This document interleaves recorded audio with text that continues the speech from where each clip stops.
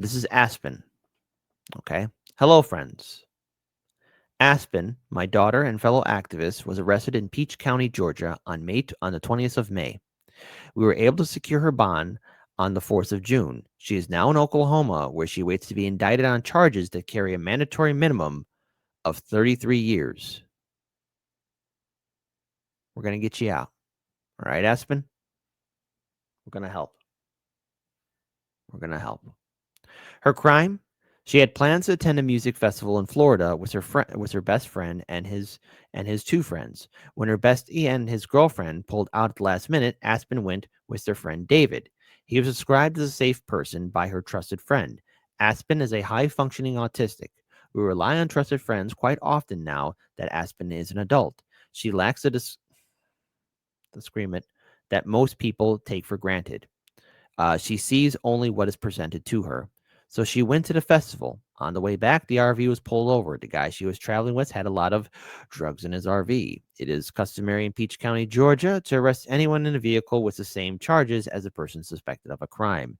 David, the owner of the RV, told the cops at the time of their arrest and the judge at their initial hearing that Aspen was not part nor privy to his operations.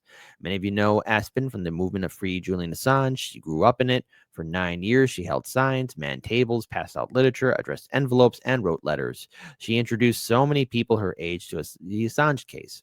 Anyone that knows Aspen knows she is not a drug dealer. She never had so much as a parking ticket. She's a beautiful soul who only seems to see the good in people. We're getting her out. Like many autistics, Aspen has an innocence that has not faded with age. It is both a blessing and a curse. Prior to securing bail, she spent 15 days in jail. To say that they are ill equipped to provide for someone with special needs is a gross understatement. They lack both the knowledge and the will to meet her needs, both mentally and physically. Like many autistics, Aspen has chronic health problems that require constant management. It will likely take months for her to recover from what has already happened. The idea of being labeled as a criminal and threat of decades in prison has traumatized Aspen. Studies show autistics do not do well navigating the legal system. It takes them longer to process information, and clarifying questions they need to ask are seen as oppositional or argumentative.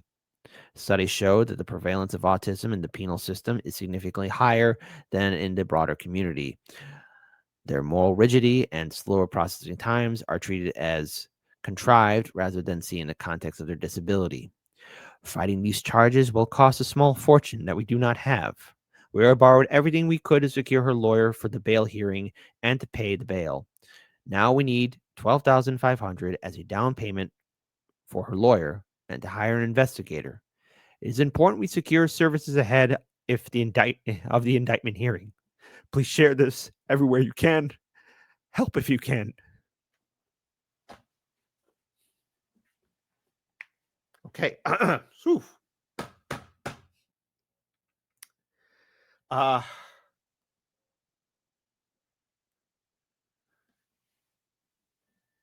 I know my friends in independent media are doing a fundraiser stream, and I swore an oath. Um, hey guys, let me know when this has happened so I could be there, so I could lead in my 2 cents and give in my words of encouragement and support so that she's free. And yeah,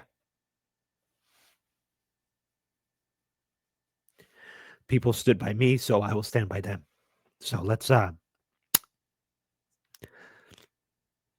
get her out, okay? An accident happened, and if since the guy who owned the RV told the cops and the judge that she was not part of it, no, okay, that's his testimony. He's standing by it, then he should. Then okay, let's hear this out, and let's get her on out. Let's get her on out, and let's get her on out. And no crime. You don't send that energy to me. You send it to Aspen's family. You send it to her.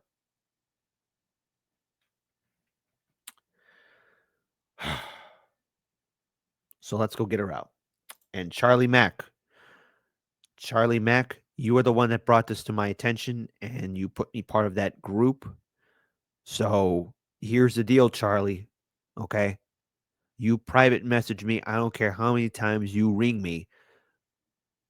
When that live stream happens, you kick down my front door. I don't care. You say, hey, it's going to happen at this point in time. You show up at this point in time. I'll be more than happy to lend my voice. Okay. If I got to post it on my social medias, please let me know. Please let me know. You better let me know. So I apologize for tearing up in here. Just I could sympathize a little bit with what's happening to Aspen. Okay. And I want her free. All right. And if you stand by me, I stand by you. So that's what happens. Okay.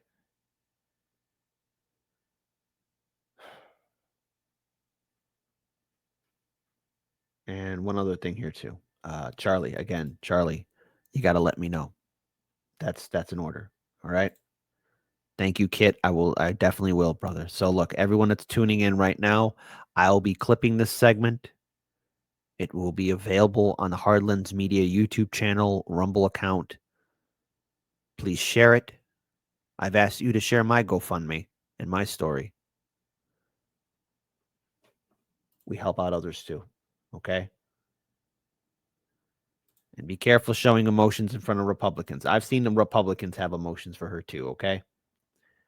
That's what matters. And Tailspin says, this is why I watch you every morning. That I can, Kit. You actually give a shite. It's worth, it's still worth something.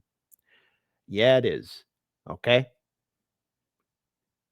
So let's help out Aspen and help out in her fight. Okay. Any which way we can. Any which way we can. So let's go. Sorry about that. I apologize for crying, but we got to get her out. Simple as that. 1, 2, 3.